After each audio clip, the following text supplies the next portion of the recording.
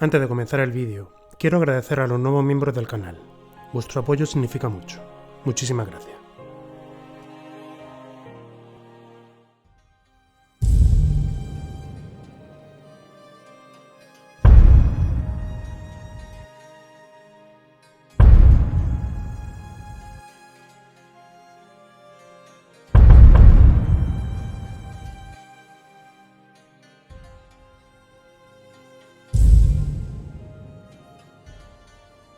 Muy buenas. En el vídeo de hoy vamos a hablar sobre una ucronía.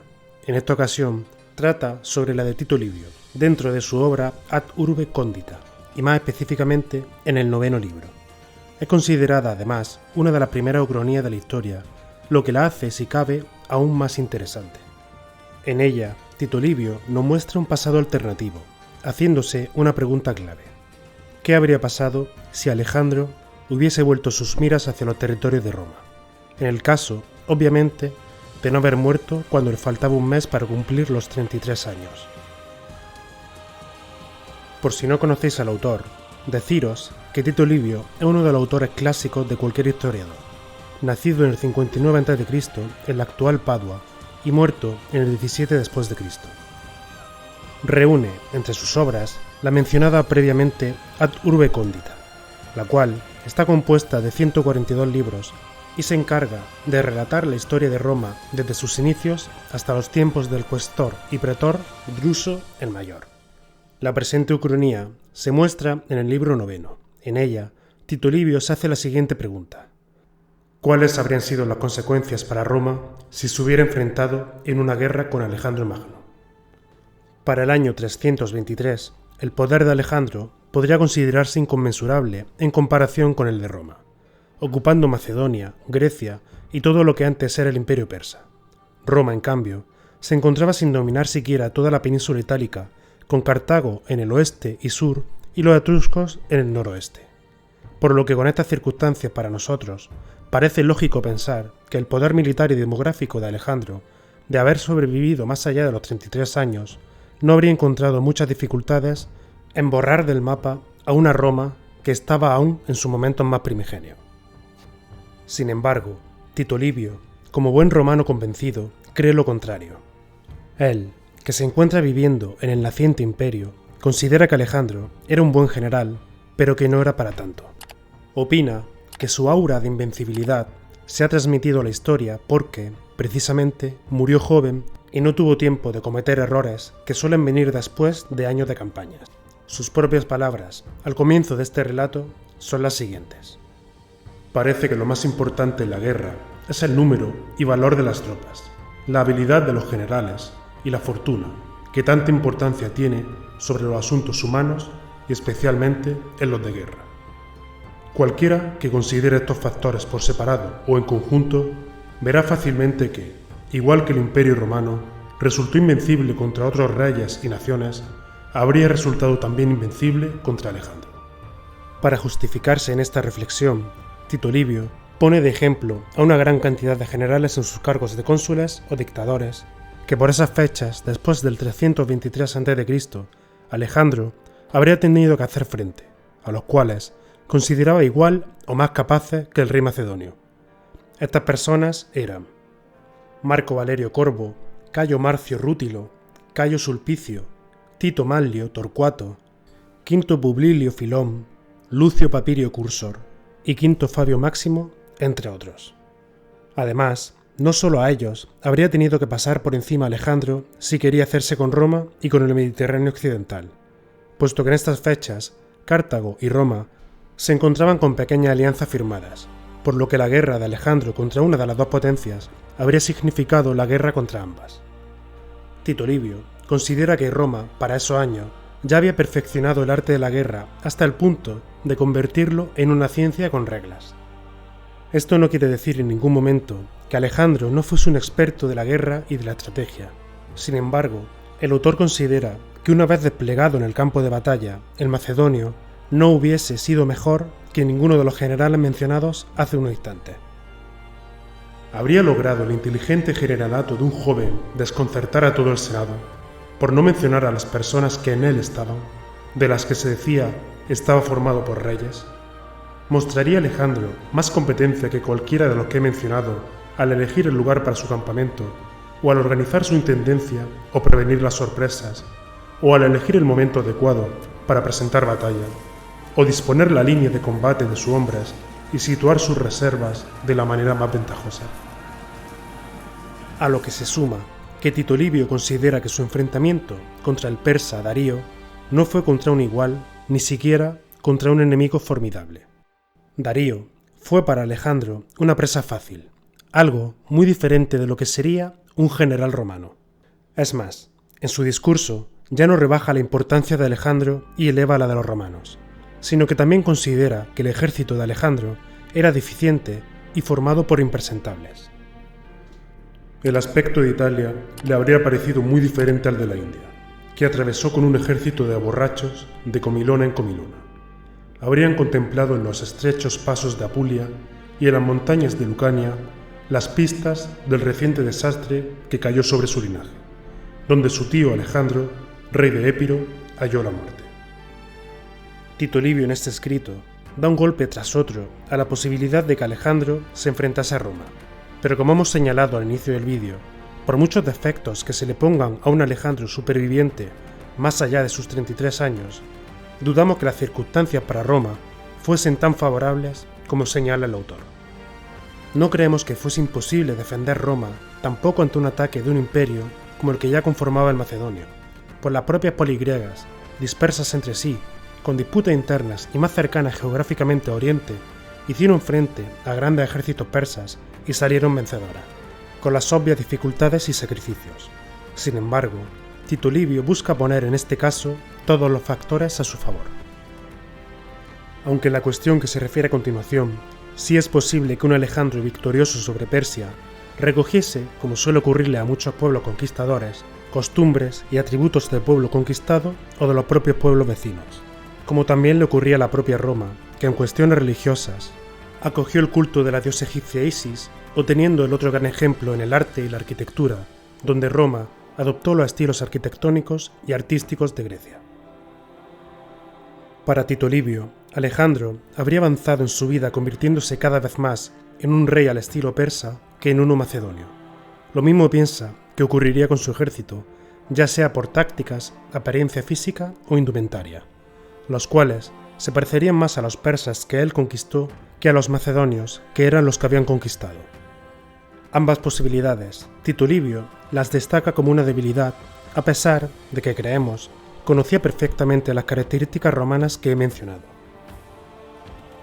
Es algo desagradable, en el caso de tan gran hombre, tener que dar cuenta de su amor tan ostentoso por la indumentaria, las prostraciones que exigía a cuantos se aproximaban a su presencia, y lo humillados que se debían sentir los macedonios, no ya de haber sido vencidos, sino cuanto más siendo los vencedores. Los castigos terriblemente crueles que infligió, el asesinato de sus amigos en la mesa de banquetes, la vanidad que le hizo inventar para sí mismo su linaje divino. Luego, continúa para decir que la carrera militar y política de Alejandro se hizo en poco más de 10 años. Critica a los que en sus tiempos defendían la capacidad de Alejandro al mencionar que no había perdido batallas ni guerras, mientras que Roma, a pesar de no perder guerras, sí había perdido batalla. Para justificarse, el autor se basa en los años que tiene Roma a sus espaldas, la capacidad de dictadores, magistrados o cónsules que en mucho menos tiempo que el propio Alejandro tenían que realizar alistamiento de tropas, atender elecciones durante campañas militares con momentos cruciales ya empezados, enfrentarse a impedimentos políticos de sus iguales o resolver problemas ajenos. De esta forma, Tito Livio dice: «Por Hércules, los reyes están libres de todos estos obstáculos. Son señores del tiempo y las circunstancias, y hacen salir todas las cosas de acuerdo con sus propios designios. Así pues, el invencible Alejandro habría cruzado armas con capitanes invencibles y habría hecho a la fortuna las mismas ofrendas que ellos. No, él habría corrido mayores riesgos que ellos, pues los macedonios solo tenían un Alejandro, que no era únicamente responsable ante cualquier accidente, sino que se exponía a ello deliberadamente, mientras que había muchos romanos iguales a Alejandro en gloria y la grandeza de sus hazañas, y aún cada uno de ellos podía enfrentar su destino con su vida o su muerte sin poner en peligro la existencia del Estado. En este aspecto, es obvio que Tito Livio tiene bastante razón. Un monarca, a pesar de recibir consejos de sus asistentes o personas cercanas más poderosas, tiene mayor capacidad de decisión que cualquier otro romano de la época, que tenía que rendir cuentas ante otros de sus acciones y los riesgos a tomar en las campañas. Sin embargo, es cierto también que reconoce tanto la ventaja de esto como sus debilidades. La muerte de cualquier general romano no implicaba una crisis inmediata dentro del Estado. Sin embargo, la muerte de un rey en tierras lejanas durante la campaña, con un territorio tan extenso que controlar, el cual sería de muy reciente conquista, podía implicar una crisis interna que lo desintegrase.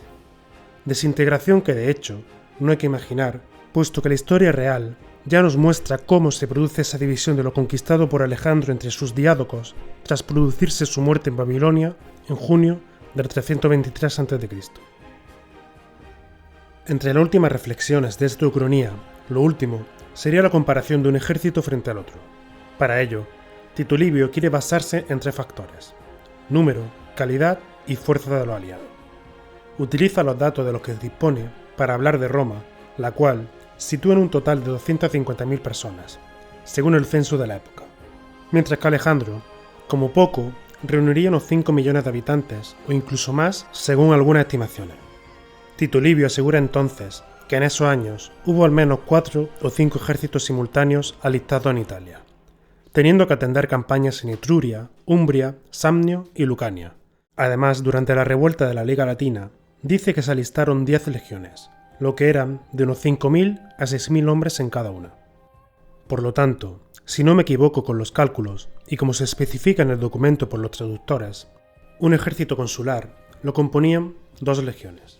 Cada cónsul podría mandar 2 ejércitos, es decir, 4 legiones para un cónsul y 4 legiones para el otro, lo que conformaban 4 ejércitos compuestos por 8 legiones de 5.000 a 6.000 hombres cada una, lo que hace un total de 40.000 o 48.000 soldados romanos, sin contar las tropas auxiliares que debían de acompañar a cada legión de las tribus italianas aliadas o sometidas por Roma, lo que aumentaría mucho el número de ese ejército, sin olvidar que, como dijimos, en esta época, Cartago era aliada de Roma y es posible que acudiese en su auxilio. En cambio, estima que Alejandro traería un ejército veterano compuesto de macedonios de un total de 30.000 infantes y 4.000 jinetes tracios.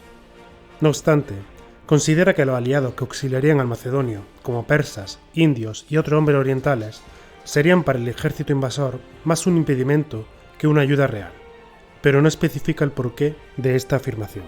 Y aunque entendemos la propaganda que Tito Livio tiene que introducir en su obra como educador del futuro emperador Claudio, y que va a tirar siempre para casa, para nosotros, estas afirmaciones, donde a un ejército le vendría de fábula los refuerzos, mientras que al contrario van a entorpecerlo más que ayudarlo, nos chirría un poco. Sin embargo, en la siguiente afirmación hay que reconocer que tiene algo de razón. Debemos recordar también que los romanos tenían una reserva para alistar en casa. Sin embargo, Alejandro, guerreando en territorio extranjero, se habría encontrado a su ejército disminuido por las pérdidas en combate, como después sucedería a Aníbal. Y quiero decir que algo de razón por el ejemplo histórico que supone la Segunda Guerra Púnica contra Aníbal y su aventura por la península itálica. Sin embargo, creo que tampoco hay que olvidar que Alejandro se lanzaría en esta campaña con la experiencia de haber conquistado con un ejército en las condiciones que describe un imperio como el persa y haber llegado hasta las puertas de la India. Y aunque sí, seguramente la resistencia romana sería bastante más feroz que la persa, pero es posible que un Alejandro con esta experiencia no cometiese 2 veces los mismos errores. La marcha por los territorios italianos y de su aliado eran mucho menores que la marcha por Asia, y creo que no habría vuelto a cometer el error de llevar su hombres exhaustos y al punto de la rebelión cuando se encontrasen a las puertas de la luego denominada Ciudad Eterna, es decir, Roma. Con respecto al armamento de cada bando, el ejército de Alejandro, de mantenerse parecido a la conquista de Persia, iba compuesto por clípeos y sarisas, siendo estos clípeos unos escudos grandes, mientras que las sarisas eran unas lanzas de unos 6 metros de largo. El armamento romano era el scutum, escudo que era bastante más grande que el macedonio y cubría más al soldado, y en lugar de una lanza como la de 6 metros, portaban el pilum, una lanza más pequeña que tenía tanto la capacidad de ser lanzada como de usarse en combate cuerpo a cuerpo. En la forma de combatir, las similitudes y diferencias son muy importantes. En este caso, Tito Livio destaca que ambos ejércitos son de formación en línea con fila tras fila. Sin embargo, en cuanto al todo, el ejército macedonio y su famosa falange era más compacta y la hacía tener una menor movilidad. En cambio, el ejército romano, como destaca Tito Livio, podía presentarse más flexible, con capacidad de que sus divisiones, dentro de cada legión, tuviesen capacidad de actuar por separado o juntas, según fuese necesario en cada batalla. Luego, vuelve a hacer gala de su patriotismo y orgullo romano, al decir que en cuanto a capacidad de soportar fatigas, ningún soldado en el mundo era más capaz de soportar el trabajo duro que uno romano. Llegando al final de esta ucronía, ante la capacidad de que Alejandro llegase con su ejército intacto a tierras italianas o a las de cualquier aliado de Roma, Tito Livio especifica que con solo vencer en una batalla a las fuerzas de Alejandro habría sido suficiente. Si Alejandro hubiera sido derrotado en una batalla, la guerra habría terminado. ¿Qué ejército podía haber quebrado la resistencia de Roma cuando ni las orcas caudinas ni cannas pudieron? Incluso si las cosas le hubieran ido bien al principio, a menudo habría estado tentado de desear que los persas, los indios y los afeminados asiáticos fuesen sus enemigos, y habría terminado confesando que sus guerras anteriores fueron contra mujeres, como se dice que dijo Alejandro de Épiro cuando, tras recibir su herida mortal, comparó su fortuna actual con la de su primera juventud en sus campañas asiáticas. Y aunque no fuesen iguales a Alejandro, como acabamos de ver, a Tito Livio le sirve para comparar esta guerra contra Alejandro de Épiro como la guerra que experimentó Roma contra Macedonia, que no era para nada parecida a la que se imagina en esta ucronía, donde destaca que estos conflictos no es que se libraran ya sin pérdidas, sino que incluso no había riesgos para Roma. Puesto que, según detalla, Roma no ha encontrado nunca caballería o infantería que lo supere en campo abierto o en cualquier otra posibilidad. Es más, cuando Roma se ha encontrado ante estas circunstancias, como mucho, ha sido cuando ha luchado contra sí misma en las recientes guerras civiles que se encuentran muy cercanas a la época del autor.